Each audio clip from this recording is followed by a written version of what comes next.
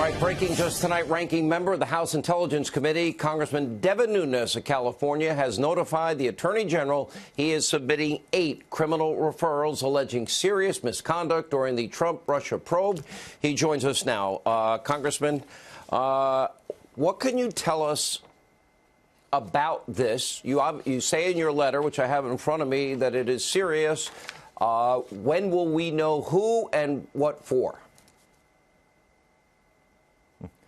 Well, we don't know if you'll ever know who, but I can tell you that if you follow the Russiagate, Russia hoax closely, if I gave you 7 guesses, you'd probably be able to get the 5 people that we have referred. So there's 5 direct referrals based on lying, obstruction of a congressional investigation, and leaking. We have a global leaks referral, which involves just a few reporters, but could involve multiple people. I don't think it's that many people because I think they probably only have a few sources within these agencies. And then you have conspiracy referrals. One's based on the manipulation of intelligence.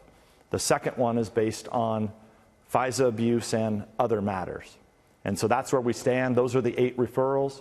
At this point, we're prepared to brief the Attorney General. I'm looking forward to we have a former U.S. Attorney that's now in Congress, John Ratcliffe, who serves on the Intelligence Committee and on the House Intelligence and Judiciary Committee, so he's going to go with me to brief the Attorney General when appropriate. Let me ask you, we do know from the Nunes and the Grassley-Graham memos, for example, let's just stay on FISA, that the bulk of the FISA application,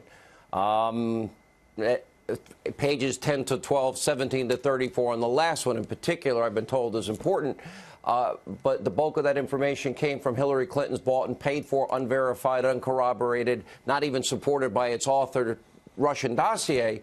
That is a fraud before the court, is it not, sir? Conspiracy, even. Well, Sean, let me make it as clear as I possibly can. Okay, and now that, thank God, we have an Attorney General who calls spying for what it is.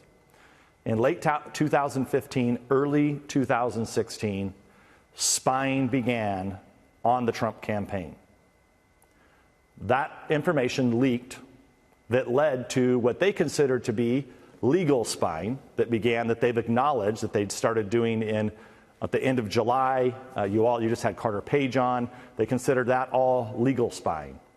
They then leaked that information, right, shortly after the election, all through the spring. That was leaking out. Why? To create a narrative that Donald Trump shouldn't have been president, that he's a Russian asset, et cetera, et cetera.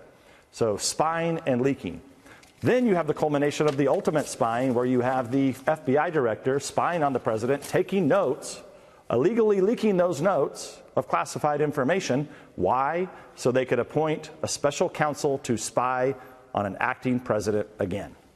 So there's a lot of spying and a lot of leaking, and I think that's as clear as I can put it.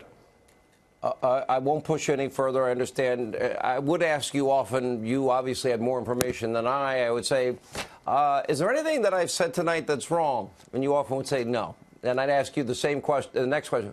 Am I over the target? Because I want to be right, and I have a lot of sources, and I'm putting pieces of a puzzle together, and sometimes people cannot give me information. I want to ask you specifically about the Hillary Clinton investigation. Now, thanks to Congressman Doug Collins, we now have the closed-door testimony of a lot of people. Nellie Bruce Orr, Peter Strzok, and Lisa Page, and now James Baker, the general counsel, who said the following, described Clinton's behavior as it relates to the server where she had top-secret classified information on it as alarming and appalling, and argued that he thought that she should be charged.